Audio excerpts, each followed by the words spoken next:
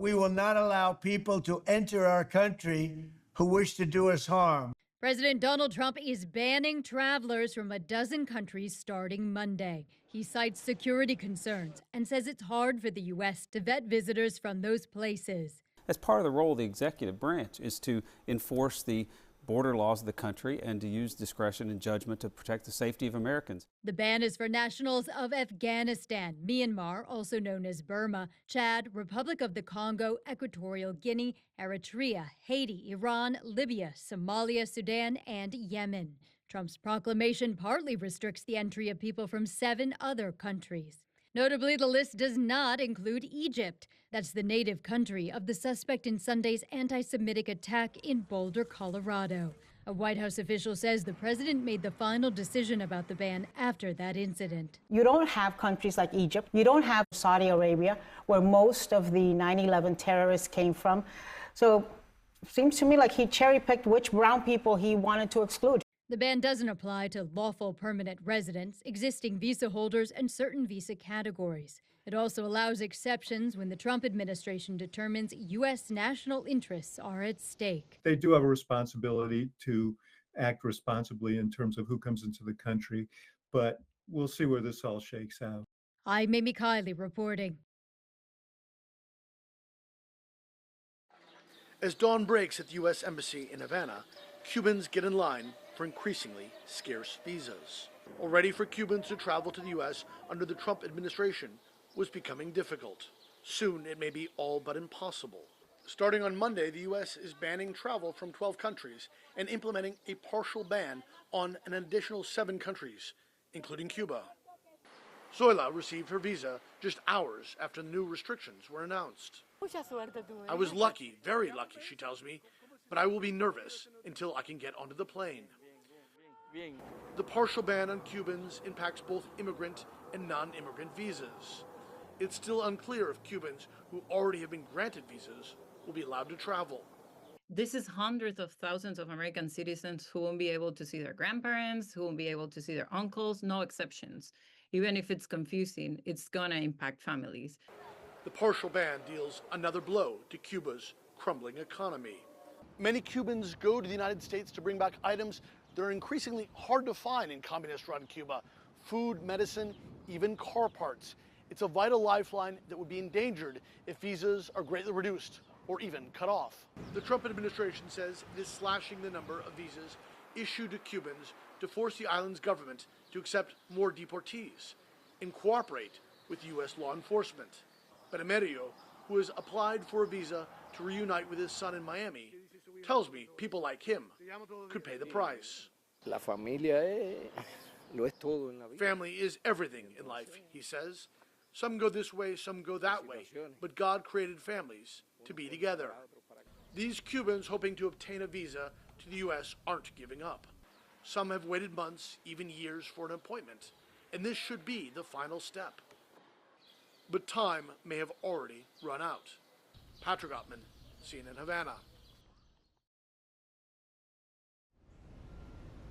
President Donald Trump's sweeping new travel ban is now in effect. As of Monday, most citizens from a dozen countries, mostly from Africa and the Middle East, are now barred from entering the United States.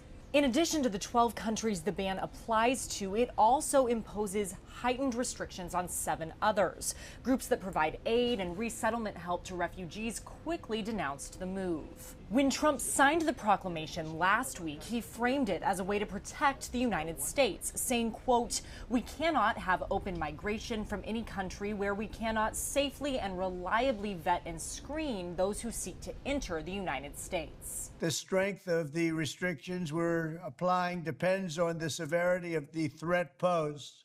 The list is subject to revision based on whether material improvements are made, and likewise, new countries can be added as threats emerge around the world. According to the guidance issued from the State Department, the ban applies to those in impacted countries who do not have visas issued before the effective date, and that visa applications from the affected nations will still be reviewed and approved as appropriate.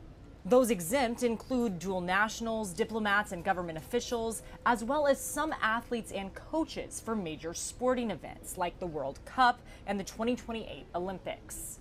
Trump tied the announcement of the new restrictions to the recent terrorist attack in Boulder, Colorado. He said that it underscored the dangers posed by some visitors who overstay their visas.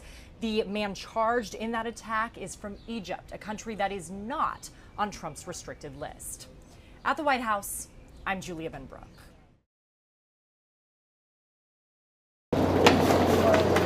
Hundreds of international travelers touching down at Miami International Airport Monday afternoon, some already feeling the impacts of President Donald Trump's latest travel ban. Green card holder Alexis Geraldo landed in Miami from Cuba. His wife was supposed to accompany him, but that's no longer possible. We had hope, he says. We were hopeful to bring my wife and my other baby, but now we can't. This all comes as nationals of 12 countries are now banned from traveling to the United States, and those from 7 others, including Cuba and Venezuela, are facing heightened restrictions. The president citing concerns over safety. We will not allow people to enter our country who wish to do us harm. Among those countries with a full ban is Haiti. It's going to be hard on people. It's not going to be easy on them.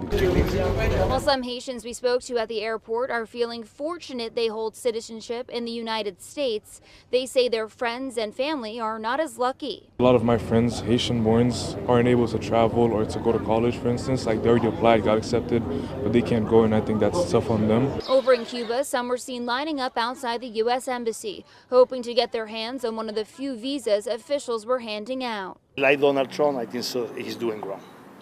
Because you know, fix the problem, just isolate the people.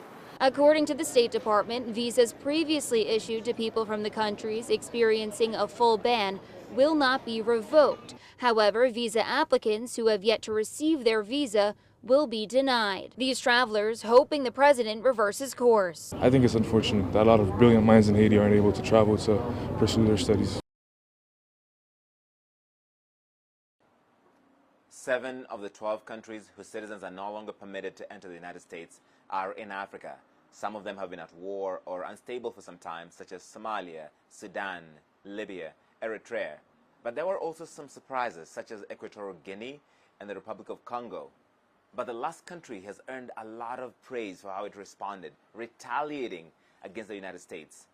The small country of Chad of 20 million at the crossroads of North and Central Africa said this. The president, Mohamed Idris Deby Itno, wrote on Facebook, "I have instructed the government to act in accordance with the principles of reciprocity and suspend the granting of visas to citizens of the United States of America. Chad has neither planes to offer nor billions of dollars to give, but Chad has its dignity and pride." A lot of Africans are praising how this country is standing up to the mighty United States and to this Trump travel ban. And it went a lot further than the African Union, which gently criticized this travel ban, worrying about the potential negative impacts on people-to-people ties and business and education, and said before this decision was made, there should have been more consultation, it should have been more balanced and evidence-based. The Republic of Congo, which was included in this travel ban, was surprised by it. They think it was a misunderstanding meant for its much larger neighbor, the Democratic Republic of Congo, which has been targeted by President Trump in the past. The Republic of Congo said, or Congo-Brazzaville as it's known here, the Congo is neither a terrorist country nor does it harbor any terrorists, and it asked its embassy in D.C. to check with officials at the State Department to understand exactly what happened here.